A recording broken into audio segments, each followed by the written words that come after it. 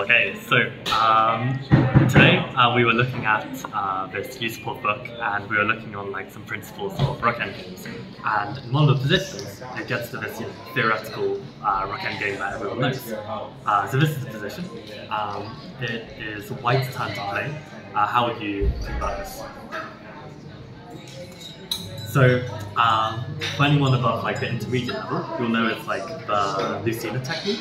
So basically, white is going this way, I should have mentioned, and white is trying to queen. And since we have control of the queening square, white just wants to build a bridge.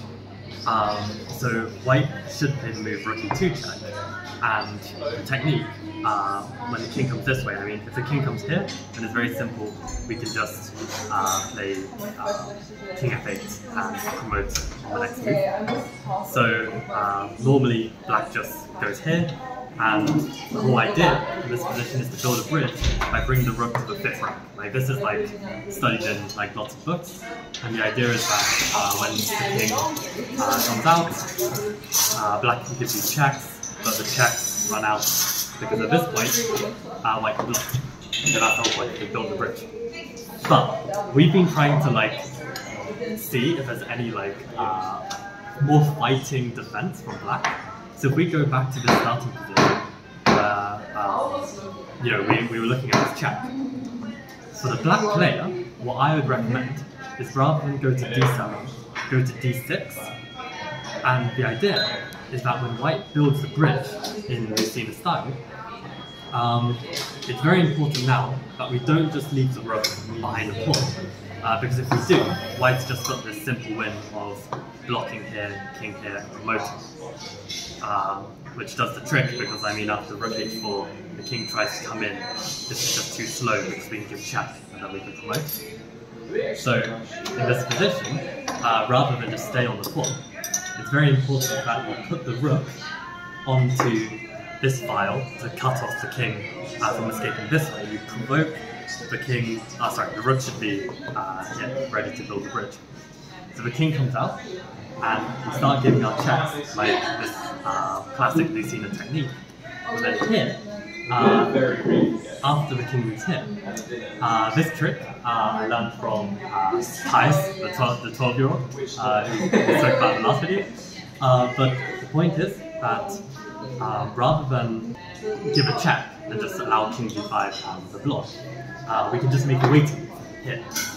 And this is suddenly very annoying, because if white tries to play king f5 to block, well then that drops the pawn. And yeah, you can't move the king. So what would be your most natural move for white? Like, what would you think white should play in this position? And the funny thing is that if white plays the most natural move in my opinion, rook e5, in order to build a bridge like this, there's a nice save for black. So black to play how to save this position. And basically here, we can just take rook d7. Because obviously if king takes d7, we just take the rook. And I think on a check, how do we save this? I guess here. And the point is there's no where for the rook to go, and next move the black rook is going to save, they take again. So this just doesn't work. And yeah, basically this check is winning. So at this moment, if your opponent tries this trick, we'll call it the Kai's trick of making this delay, you cannot simply just build a bridge like this. You must give a check first to ensure that the king is less active, and only then bring the rook up to build a bridge. Or if they come this way, then of course this is still a check. You can come like this. So you need to give the check. You need to give the check first and then play here. And that is why, if you remember right at the start, when we were looking at this position, when white gives the check here, as the black side, we shouldn't just play king d7, because the king isn't as active on d7, the king is much more active on d6. And then, when we have this whole building the bridge business, again, we stop this rook h4 here. Then when the king comes out,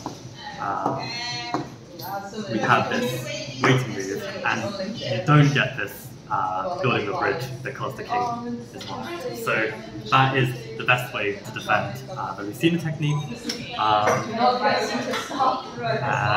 yeah, I think that's a good defense.